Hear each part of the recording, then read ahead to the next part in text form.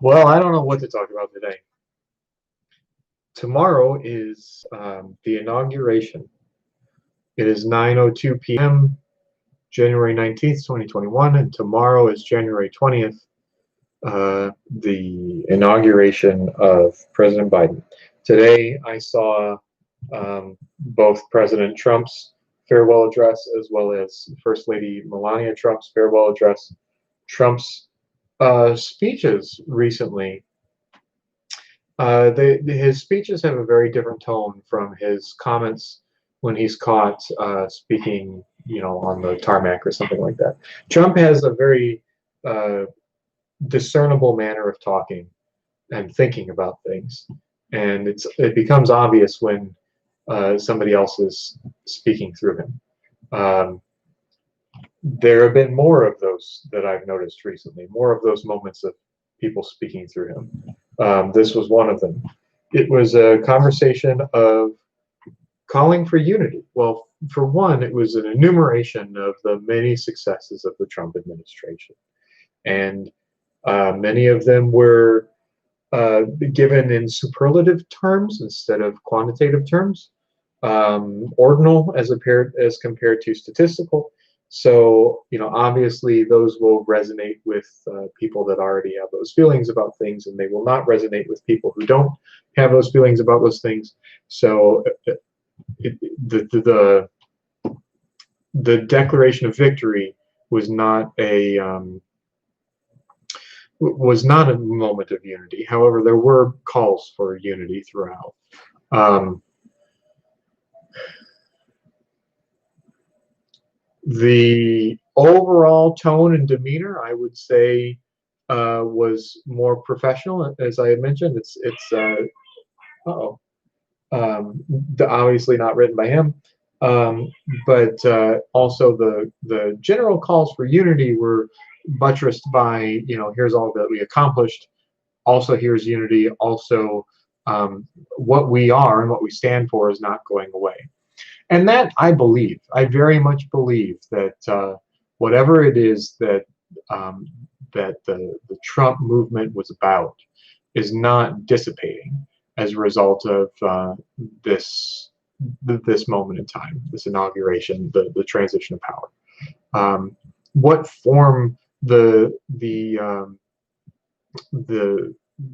Trump political movement will take following this, I'm not sure.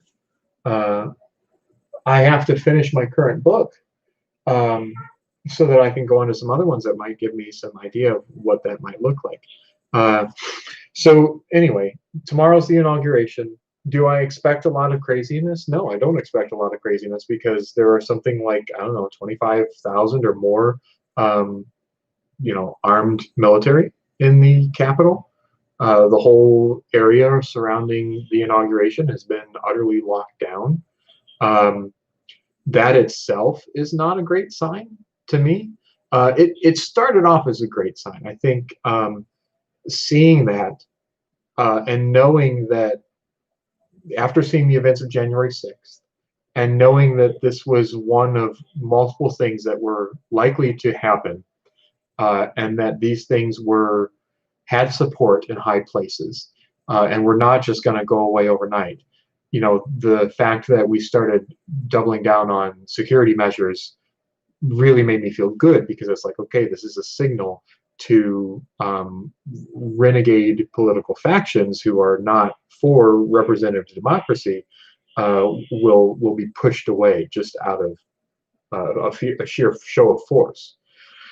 And then I realized, after seeing some responses to like show of force is not usually how we do things here. It sends a very unusual message. We're not used to seeing the Capitol populated by that, and maybe for the majority of people, they will think, oh, good, things are on track, or oh, good, those weirdos were scared away. But I think that there are many people who will see a different thing there. They will see, oh, the institution of democracy is not stable. It's the presence of the military that makes it stable. The institutions of democracy apparently demand the intervention of the military. And that further weakens the appearance and legitimacy of the political institutions as more power is drawn to the military institution. And when that happens, that's very troublesome, especially in a polarized, like I was watching something earlier today about like when you have polarization and, like the whole of neoliberalism and global capitalism has caused strain on the nation. Uh-oh, I need to be in trouble. I'm going to turn this off.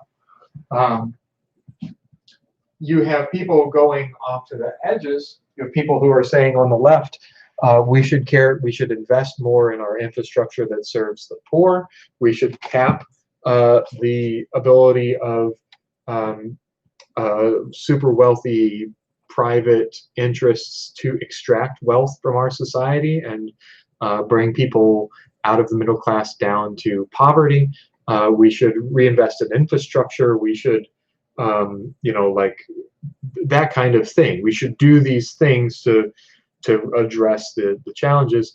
And then you have this right wing that is, the government seems to not be acting in the interests of the moral majority or the conservative traditionalists or those who represent the lifeblood of the nation. We need to recoil from other perspectives. We need to reinvest in our narrow definition of who we are as a country or a people or an ethnicity or as a nation.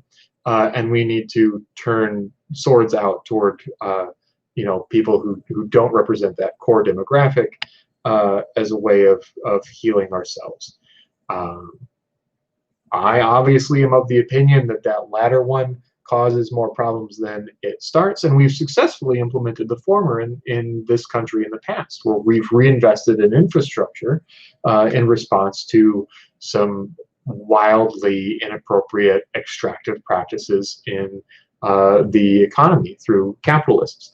I think that we've seen that succeed through FDR and the New Deal. But again, I'm speaking from that position, and what I'm trying to point out is that there's polarization, and then when there's polarization and you start making winners and losers through this democratic process, like everybody's still voting, everybody's still casting their votes into bringing people into office, and then when you have one side deeply underrepresented in the political process because their numbers are dwindling as compared to the other extreme. And I think in this case, you can say what you want about it. You can take a moral position, but I think the reason that we have millions more people voting for Biden than we did Trump was because Trump was somewhat of a caricature villain. He was, he did not wear fascism well. I think if he would have been more stately and if he would have represented the extreme right political spectrum more eloquently and abided by the institutions that were there to serve those notions just as well as any left-leaning notions, because again, we're a democracy and therefore it's the rule of the people, then I think we would not have this imbalance. I think the reason that we have the imbalance is just because the man did not perform professionally. And a lot of people sold him out at the ballot box just because of that. Because the position became untenable because the man was falling apart in front of everybody. The charade couldn't be maintained. So now that you have this imbalance, now that you have millions more people voting for the left-leaning candidates than the right-leaning candidates, and you have situations like Georgia happening, you will probably start to see the term that I was referred to in this article, the reactionaries, divest from the democratic institutions and instead take to the streets. So the quote from this political scientist, his name was, what is his name? Walden Bellow. So I have a book by him that I need to look up and read. So Walden Bellow's quote was, "When reaction loses in the ballot box, it takes to the street." And that's where we're at. So, and then there were, other, I had a conversation with my mom just recently that I called and Hi, Mom, how are you doing? Oh, you're having soup for dinner. That's nice. Anyway, my thoughts on the Weimar Republic. um, like there's that situation happening. Like, well, okay, if people are starting to not believe in the institutions, then does that mean that we're in a weak state? And if we're in a weak state, does that mean that you need an institution that actually has some legitimacy, like the military stepping in and breaking ties and saying, like, don't worry, the adults are here, and they will bring with them some opinions and some controls. You can walk up to this line, but you can't cross it. You can walk up to this line, but you can't cross it, and it becomes their politics, not our politics. It becomes the military's politics at that point. That they can say, like, well, our understanding of where we are as a country is between these lines. So if you step over this side of the line, you'll be killed. If you step over that side of the line, you'll be killed. And it's their prerogative on where those lines exist, because somebody has to step in and do that, because the institutions of democracy can't maintain themselves. And that is the picture that I get when I look at the Capitol. That I've heard a lot of great. I've actually become more supportive of our military institutions as a result of their behavior, ever since Trump started to sort of lose it with, casting shade on this election, the democratic process, because our military leaders have stepped forward repeatedly and said, we serve the people, we serve the Constitution, we are a fixture of this democracy. We are not in favor. We are not in support of any individual in this process. We are here to support the process. And so repeatedly, I've had my faith in our military institutions strengthened, especially when the Army Museum, or was it Department of Defense Museum, the Army Museum? I think it was the Army Museum, Army History Museum, was opened earlier this year. Sorry, last year. And I don't remember who it was, but there was an emphatic speech that was given at that opening about, we swear our allegiance to a document, to the Constitution, not to a person, like not to a dictator, not to a tyrant. Enunciated those words. It was a real, it was real bluster, but at the moment brought a tear to my eye, because we had a man who was saying, well, I'm the boss, I'm in charge, all the institutions will follow me because I'm in charge. But regardless of what your position is about how the military performs its duty in service to the Constitution, it is not there to have a political position. Its political position should be to uphold the practice that citizens go through as they engage with their democratic institutions. And so if the citizens are not engaging properly with their democratic institutions, you're asking an adult to come in and step into the room and do something that they're not, that's not really their job to do. I'm trying to think of a good example, but I can't. You're at a conference and you're supposed to be hearing from some experts leading a panel on the field, in your field, and the experts don't show up, or decide they don't want to share a stage together. So then you have the owner of the conference hall stepping up and saying, hey, I'm not here. I don't know what you're here to talk about. I don't know what your interests are for being in this area, but I'm going to tell you the rules of the building. There's no running in the hallways. Please, don't bring any liquids into the theater. Don't chew gum, yada, yada, yada. So that's not why you engage with this institution. That's not why you're there. It's not the role that person should be serving. But if nobody comes up to the microphone, if nobody engages in the process, if there's no leadership, if there's weakness, somebody has to step in, and in this case, it would be the owner of the building. What else?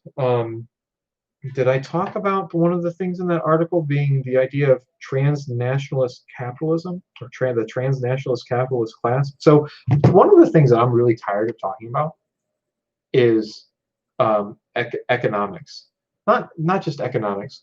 What's the word I'm thinking of?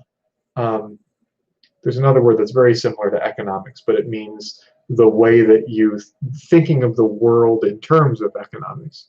And it makes sense, right? Like we do think about the world in terms of economics. It's like barely even do we try to cover that anymore. That's absolutely how we view the world. Well, it just so happens that if you're used to hearing about the world in terms of dollars, and vote with your dollar, and the dollar being the most important thing in the world, and everything being about business, and they're just there to get your money, and the rich get richer and the poor get poorer, and everything is advertising, and drink Coca-Cola, then it wouldn't be too much of a stretch for you to then often talk about capitalism. And if you're often talking about capitalism, it's not going to be too long before you start talking about Karl Marx. So if you're seeing the world in an economic frame of reference, which I think we're prone to doing, then you're gonna find a lot of material on that. In fact, the book that I'm reading right now, and I've said repeatedly that I find this book to be very enlightening because it draws a line through all of history, and I think it is very relevant. Why Nations Fail: Origins of Power, Prosperity, and Poverty. Awesome book. I'm still only halfway through it. It takes some reflection. You absorb new information, you learn new stuff, and it takes some reflection to be like, oh, wait a second, I'm actually starting to catch the flavor of what this is. And the flavor of what this is an economic one, specifically an economic class story.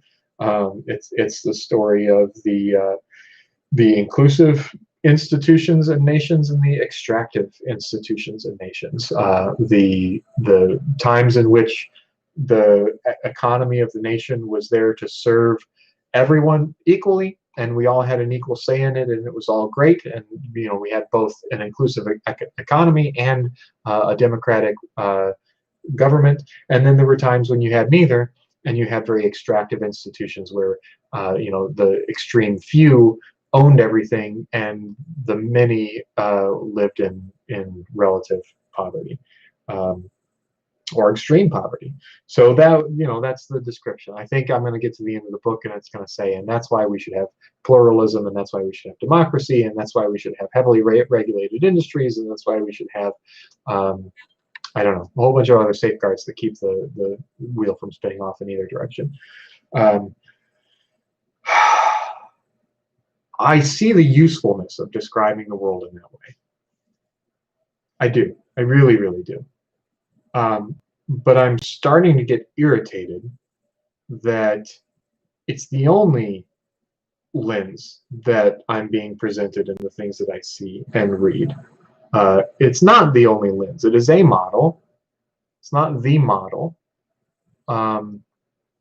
Life as a human being is not strictly the story of our material circumstances. I like to believe it's more than that, and there have been many times in my life where I have believed that it's either more than or completely other than that. So yeah, but what were we talking about? The post-industrial America, we're no longer industrialized, we're financialized. We exported our, in service to this transnational corporatism, global corporatism, global capitalism, neoliberalism, we decided to diversify the way that we were, building our corporate machines. And we took everything to where it made the most financial sense for it to be. And as far as the industrial sector is concerned, it didn't make sense for it to be in America anymore. And so while the GDP of America has not shrunk, it's largely become financial, where it used to largely be industrial. And that to me is confusing.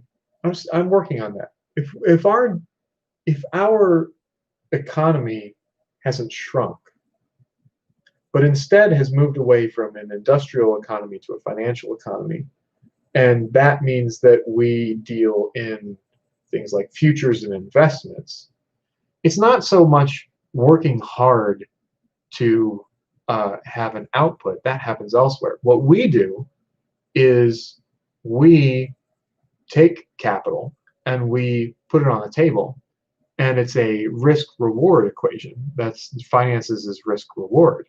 So you put your money on the table and you say, I have this money. This money will start some activity in this area, and my assumption is it will bring me back more money. So that's where the economic activity comes from. Is you put your money on the table and you won, so you got more money back. And that's economic growth. The value was created elsewhere, but it was your money that, your investment that you got money back on. That's risk. That is a proposition of risk and reward. So if your economy is entirely financially based, then that means it's entirely uh, at risk. There's the only things that are not at risk are the things that would happen when somebody wakes up, regardless of the progress so far.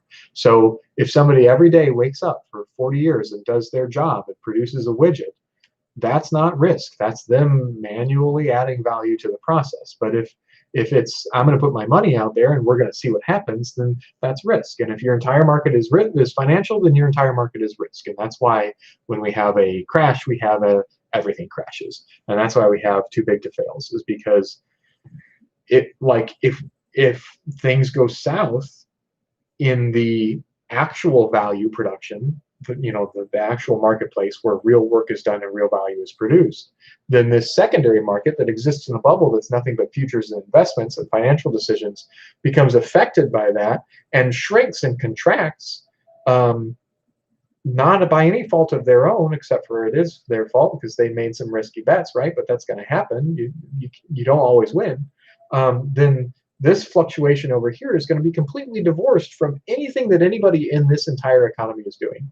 So let's say, it's the United States and China. So the United States was where all the manufacturing was done until we decided, we'd like to have a neoliberal global capitalism condition where our capitalism can spread throughout the world and good American businesses can be the face of our empire.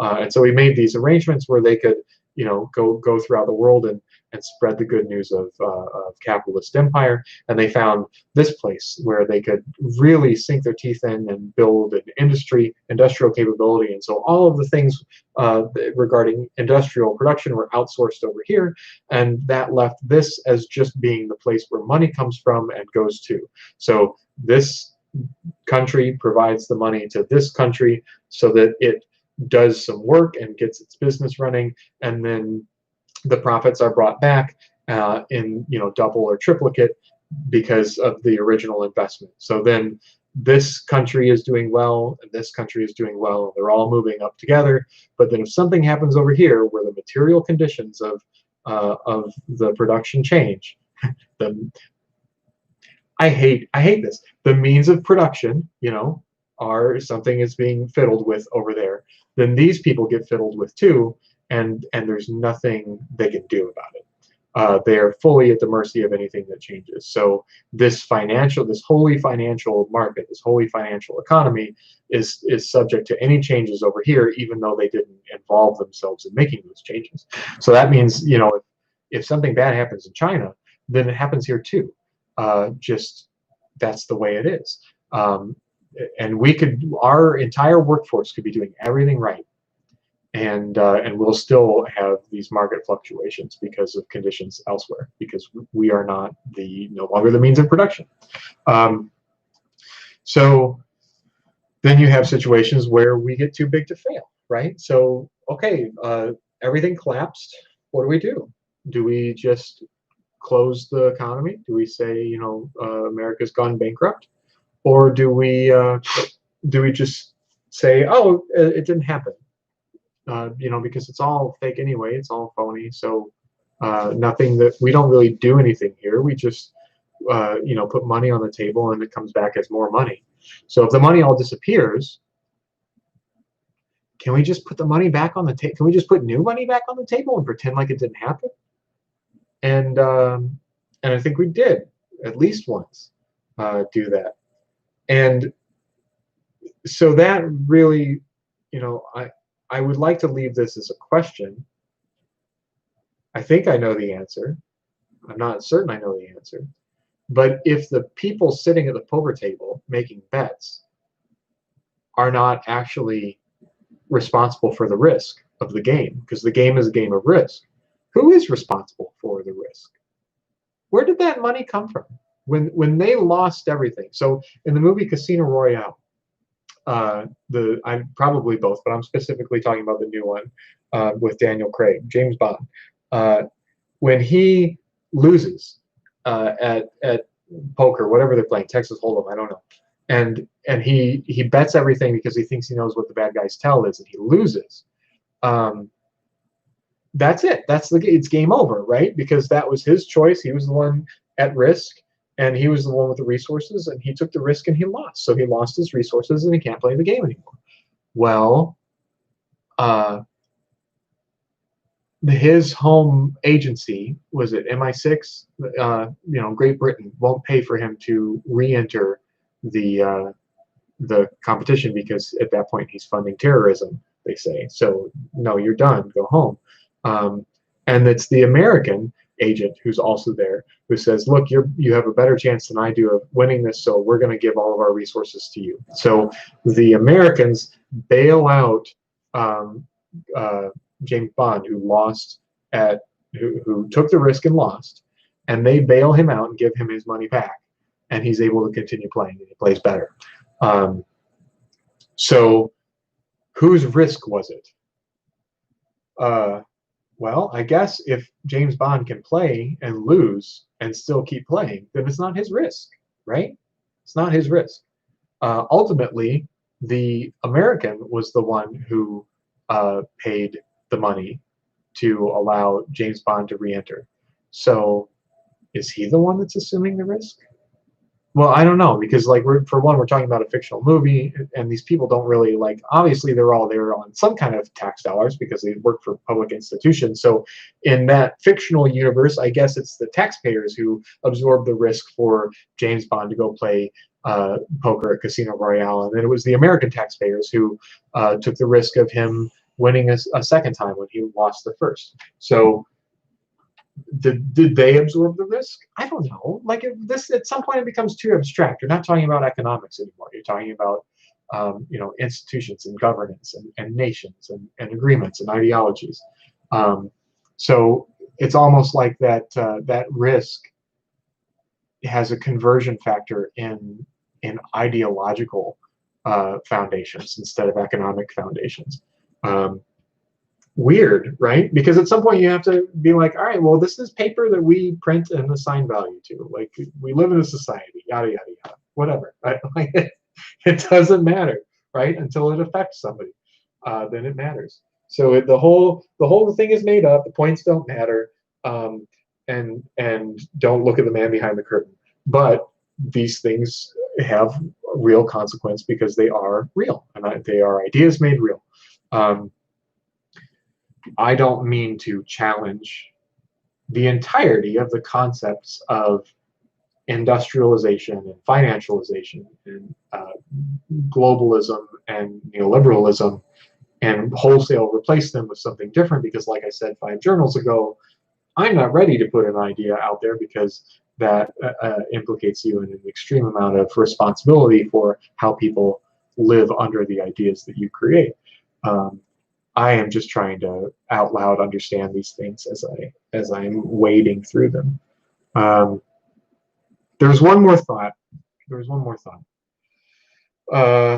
interesting. So on Trump and the Trumpers, whatever you want to call them, we have a far-right movement in the United States, and it's an interesting coalition of what I would think are normally ideologically opposed individuals. You have white nationalists, you have conspiracy theorists that probably are in the sphere of white nationalism somewhere. You have evangelicals, traditional values, conservatives, Christians. You have fragile whites who are just saying, why can't everything just be okay again? Like it was okay before. I don't understand. Um,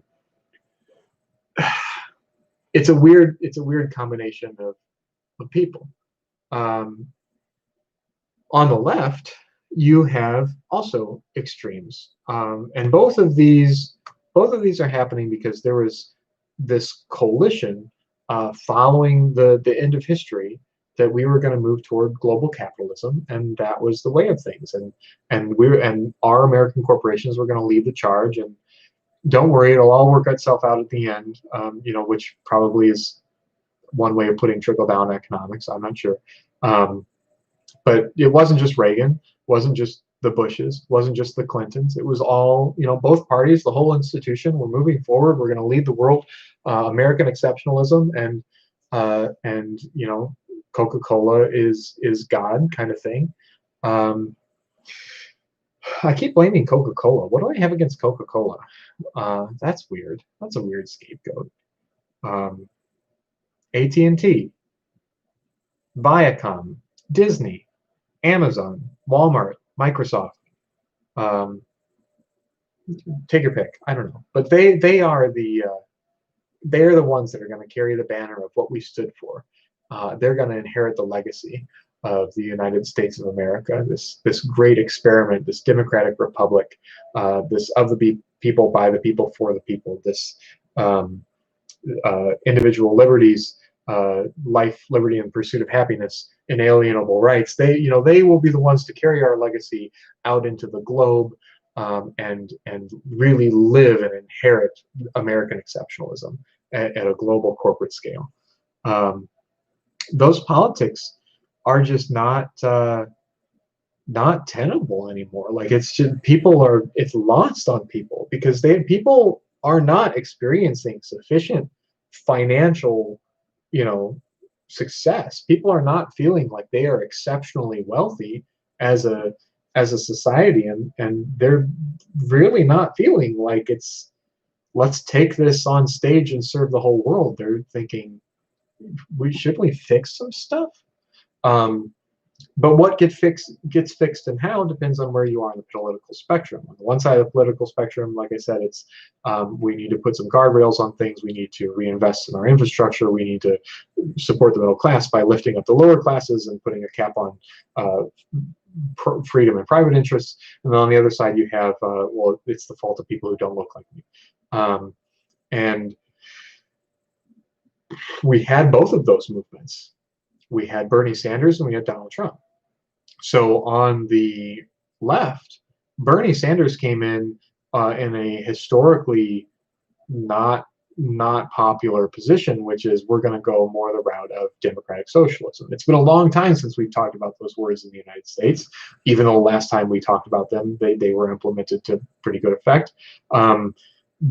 What people remember most recently in history is stuff like McCarthyism and Red Scare and Soviet Union and capitalism versus communism, and so it's like communist. So and that word is beyond my immediate comprehension to take apart. I probably have a better understanding of than most people who just shout it, but I'm not going to say I understand it because there is a great deal of sharpening of pointy sticks going on there in that community as well. Class warfare, right, is warfare. So the problem with the Bernie Sanders movement was that unfortunately the democratic institutions, the Democratic National Convention and the Democratic Party, had more institutional power and institutional integrity, and they were able to maintain the momentum of institutional integrity as being, don't worry, everything's under control, we have adults in the room, and things are marching on toward individual liberty and progress, and we are going to manage this populism as it emerges. And so despite this early grassroots support for Bernie Sanders as a candidate, you still had the status quo nominee in Hillary Clinton. On the other side, the status quo nominee was Jeb Bush. And we also had this immensely diverse spectrum of potential presidential candidates on the Republican side. And models up to that point were like, oh, it's going to be Bush versus Clinton, and I don't know. I don't know what the projection was on the Bush versus Clinton, but it was going to be Jeb Bush versus Hillary Clinton, because of course it was, because they represent the established presence of, the politics of America in our era. This neoliberalist, global capitalist, world policing, world investing, world economy shaping institution, political and economic fixture in the world. And the public had very different opinions. They were like, hey, look, whatever, I don't get that. I'm poor. You need to fix that I'm poor, or I'm going to stab you. And Trump was the only person on the right who was able to articulate that rage, who was able to, in his own way, say that, like, mind first, and in some cases, America first, which is coded language, and this white nationalist type conception of, he related to that base. It's just, the problem was the Republican National Convention and the Republican Party was not as well equipped to enforce their position of a worldview of neoliberalism and supporting global capitalism, and everything is fine, and things are going in the right direction, because they were just coming off the heels of Obama, and Obama was pretty much that, right? So they can't say, oh, don't worry, everything's fine, when for 8 years they've been decrying that everything's terrible. So they were ill-equipped to suppress this rage that they had stoked, and also reactionary, like the right is better at articulating rage. So the emphasis that Donald Trump had, the propulsion that brought him up, was stronger than that of Bernie Sanders, and the institution was not as well equipped. I think if you would have had Sanders and Trump both on the ticket, it might have played out differently. But definitely, because the DNC was able to control its side of the house better, keep its house in order a little better, that was what made it possible for Trump to erupt out of his side, and then just because, again, articulating rage, that's where both sides were. So if you had one side who felt represented, and the other side who was like, okay, like, more of the same, or this guy. I mean, speaking as somebody who did vote for Hillary Clinton, because I was trying to play this long game of, like, well, as long as we have people in the room who are being appointed to positions of power who can start to turn us in the direction of, taking care of our least fortunate, then that's better than what we might get with Trump, where we'll have poor people or minorities dragged out into the street and shot. I don't know. Like, that's it was better, but we had less emphasis. If you had 10 people, and those 10 people were in varying states of, I'm not sure if I want to vote or not. On the right, you had people who had never voted before, who were like, oh my gosh, this is like, something's happening, and I'm going to be a part of it. People on the left saying, like, okay, like, even when things change, they stay the same. Even when we get a Bernie Sanders, it's still a Clinton on the ticket. We were just as disillusioned as the right would have been if they had Jeb. Oh, cool, another one of those. So the energy was there, and it's still going to continue to shape things. I know we're at this moment of healing. The Biden administration, that ball is in Biden's court. That ball is in the Biden administration's court, because if healing means, whoa, good, now that mess is over, let's all go back to what we were doing, then that's not good. If it's like, there are people out there who are writing Facebook statuses and saying, oh, good, the craziness is over. What? If you want to see people crazy, try telling them that after everything that happened with Trump, we're just going to go right back to what we were doing before. Like, say it a little louder, please, next time. But in the Biden administration, if he's able to, if they are able to increase the material circumstances of the American public in a noticeable, extreme way, then maybe we'll have healing, because both sides were articulating the same thing. They were articulating that we're headed in the wrong direction. So if Biden wants to unite people, then he will build a platform around, let's get us headed in the right direction. We're willing to talk about what that means. Unfortunately, politically, our directions are opposed. Financially, they might not be so opposed.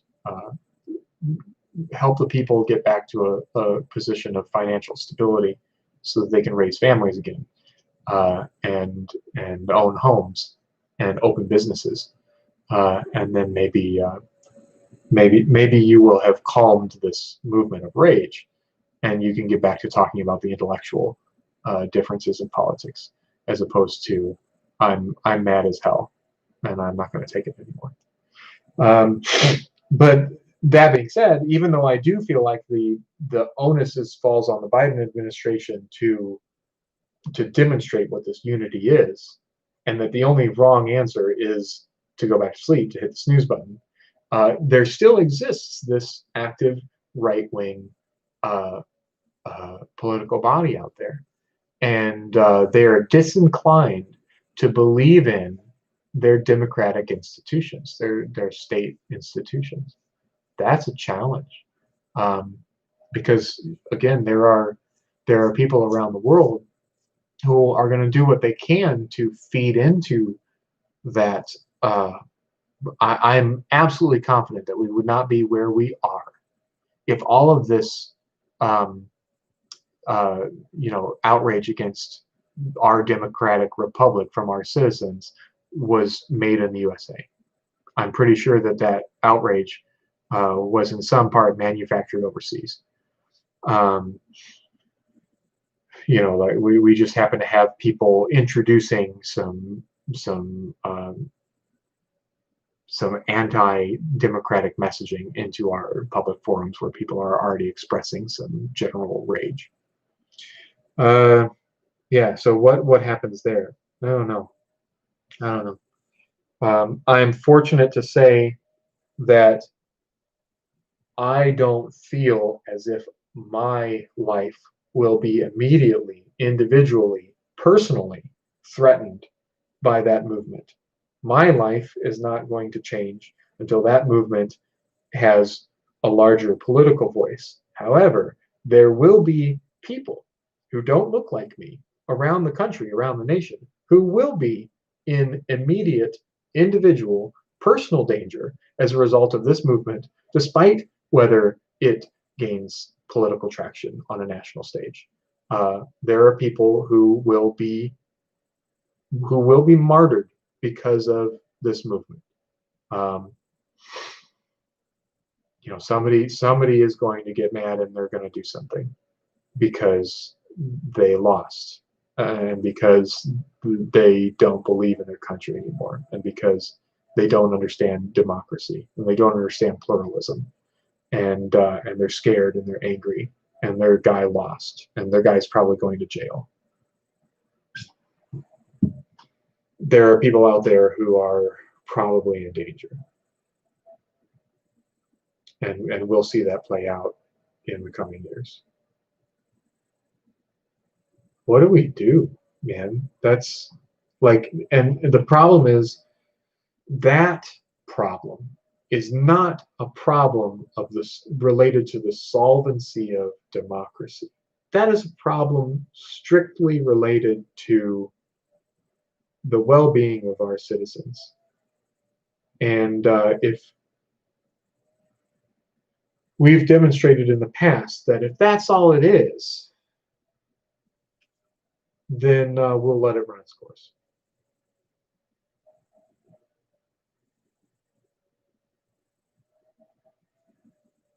So I am counting on the Biden administration being a voice for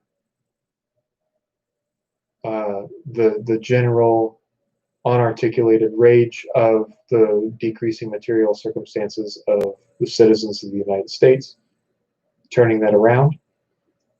And I'm hopeful, I'm hoping, I shouldn't say I'm hopeful, I'm hoping that that whatever this far right movement is, while it's underground in these next years until it surfaces again, I'm hoping that it doesn't become, you know, a factor in people's lives.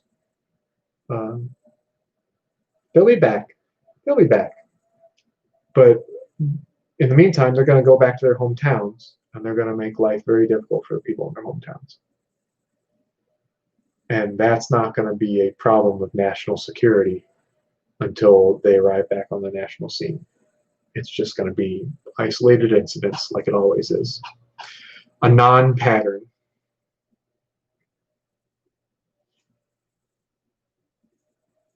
More names.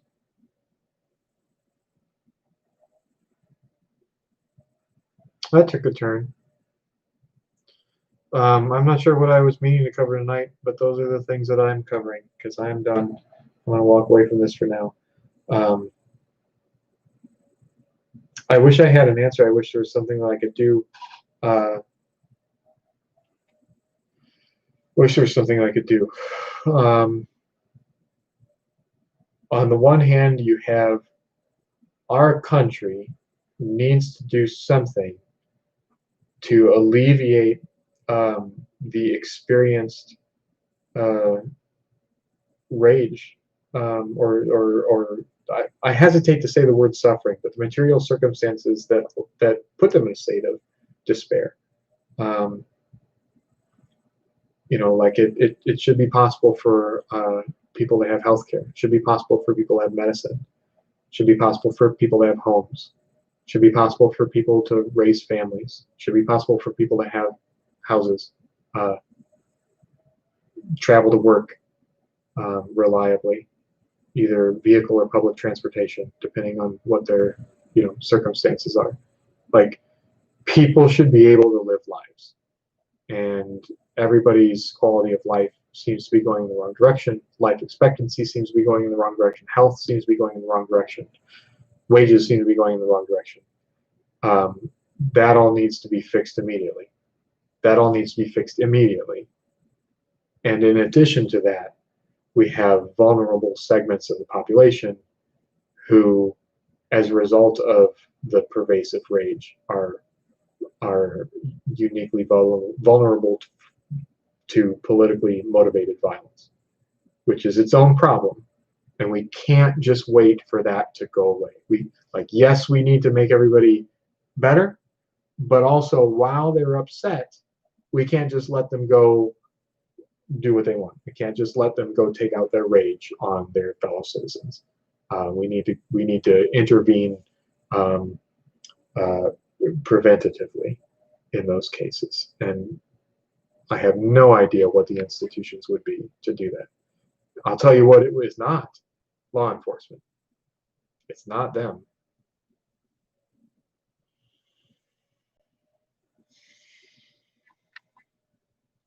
They are not the prevention.